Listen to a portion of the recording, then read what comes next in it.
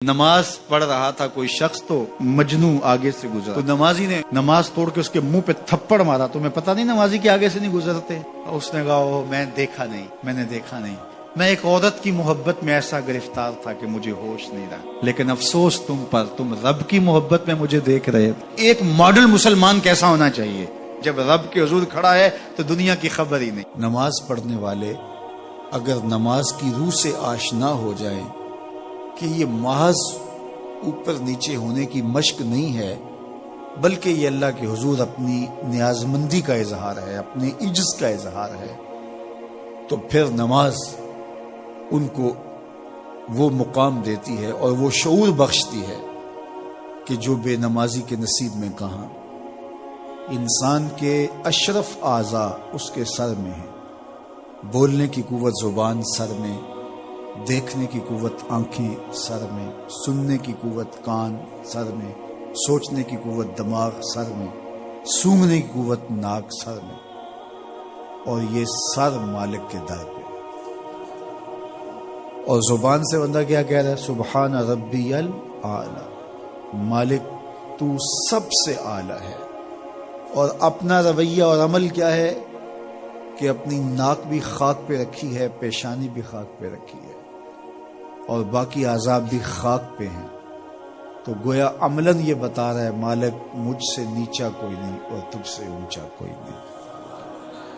اور اگر وہ نماز کی روح سے آشنا ہو جائے تو سجدے سے سر اٹھانے سے قبل اللہ سارے اس کے بوجھ اتار دے، اس کے من میں روشنیاں کر دے. تو نماز بندگی کا شعور دیتی ہے، من میں چراغاں کرتی ہے. اللہ کے حضور جھکنے سے بندہ ایسا بندہ کامل بن جاتا ہے کہ پھر وہ کسی اور کے آگے نہیں جھکتا. تو اپنی اولاد کو نماز کی محبت دو، نماز کی ترغیب دو، نماز کی عادت دو اور نماز کا حکم دو، اور ان کی عادت راسخ ہو جائے، طبیعت میں پختگی کے ساتھ نماز کو اختیار کرنا ان کی طبع میں جم جائے. نماز ان کی طبیعت میں نظم پیدا کرے گی، ان کو نظم و ضبط کا پابند بنائے گی، اور ان کی صحت کی ضامن ہوگی، اور ان کے باطن کی طہارت کا سبب اور ذریعہ ہوگی. اس لیے کہا کہ اللہ کے حضور جھکنا نہ بھولنا اور نماز قائم کرنا. نماز کا تعلق اپنے آپ سے ہے کہ وہ اپنے آپ کو سنوارتا ہے. تقرب اللہ کے لیے اس کی اپنی عملی کوشش ہے. بندے اور خدا کا ایک ربط ہے نماز. اسی طرح یہ خیال کہ میرا مالک مجھے دیکھ رہا ہے، اس سے بھی تہذیب نفس ہوتی ہے، باطن کی تربیت ہوتی ہے. انسان ایک حصار میں آ جاتا ہے، ایک پہرے میں آ جاتا ہے کہ میرا اللہ مجھے دیکھ رہا ہے، اور پھر وہ قدم پھونک پھونک کے رکھتا ہے. وہ اچانک لوگ بیٹھے ہوئے ہوں نا، تو آج کل یہ سوشل میڈیا کا زمانہ ہے، تو کوئی کیمرہ سیدھا کر لے تو ایک دم مرتب ہو جاتے ہیں، اس لیے کہ اب ہماری تصویر آنے والی ہے. یا کوئی کسی کو کہے کہ جناب آپ لائیو جا رہے ہیں، تو وہ بالکل اپنی حرکات سکنات منظم کر لیتے ہیں، کپڑے سیدھے کرنے لگ جاتے ہیں، اس لیے کہ ہم لائیو جا رہے ہیں.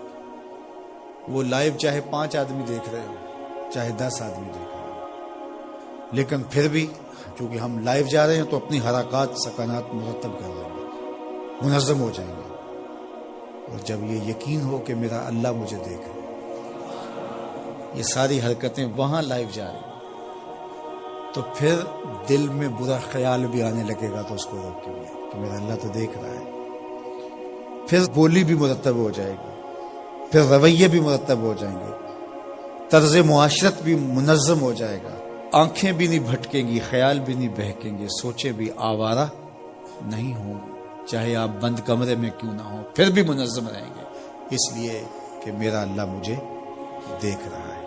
تو یہ یقین زندگی کو منظم کرتا ہے. تو اس کا تعلق بھی انسان کی ذات سے تھا. نماز سے بھی تہذیب نفس ہے، اللہ سے تقرب حاصل ہوتا ہے. اب کہا تو خود غرض نہ بننا کہ اپنے آپ کو سنوار لیا اور کافی ہے، نہیں، لوگوں کو بھی نیکی کا حکم دینا. وامر بالمعروف ونہا عن المنکر، لوگوں کو نیکی کا حکم دینا اور برائی سے منع کرنا لوگوں کو. یہ مومن کی زندگی ہے. میری اور آپ کی ذمہ داری ہے کہ ہم اپنی اولادوں پر گہری نظر رکھیں اور ان کی حفاظت کریں، چونکہ اگر عصمت کا جوہر محفوظ نہ رہا تو پھر پلے کچھ بھی نہیں رہا، اگر آبرو سلامت نہیں رہی تو پھر پلے کچھ بھی نہیں رہا۔ قیامت کے دن ان لوگوں کو اس صورت کے اندر لایا جائے گا کہ وہ یہ غلیظ کھانے کھا رہے ہوں گے اور ذلت اور رسوائی کی وہ زندگی ان کو سہنا پڑے گی اور اللہ کے قہر و غضب کا شکار ہونا پڑے گا۔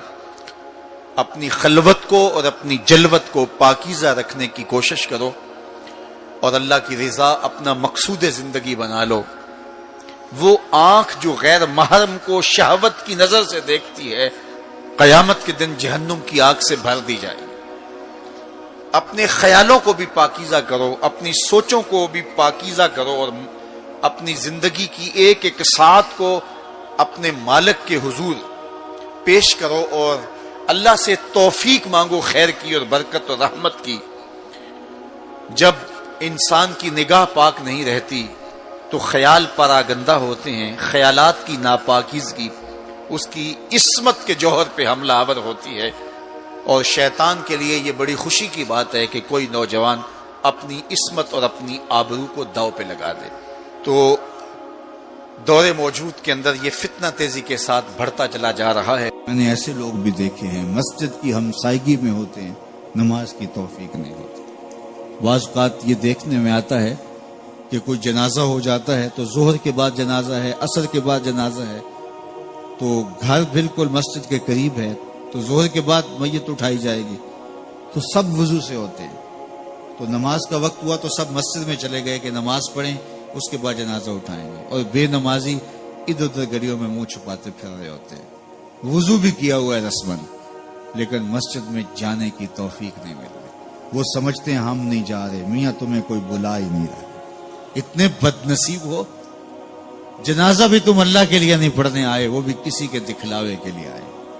وہ تو فرض کفایہ ہے اور یہ نماز فرض عین تھی، اور یہاں اللہ کا بلاوا آیا، اس کے لیے اذان کوئی نہیں، اس کے لیے اذان ہے، اور تم یہاں اذان سننے کے باوجود بھی مسجد کے باہر گھوم رہے ہو، بہانے بہانے کبھی ادھر جا رہے ہو کبھی ادھر جا رہے ہو، اور نمازی مسجد کا رخ کر رہے ہیں۔ تو یہ کتنی بد نصیبی ہوتی ہے کسی شخص کی کہ مسجد کی ہمسائیگی میں بھی رہتا ہو اور مسجد کے قرب میں کھڑا ہو، اسے نماز کی توفیق نہ نصیب، تو یہ اس کی طرف سے توفیقات نصیب ہوتی ہیں۔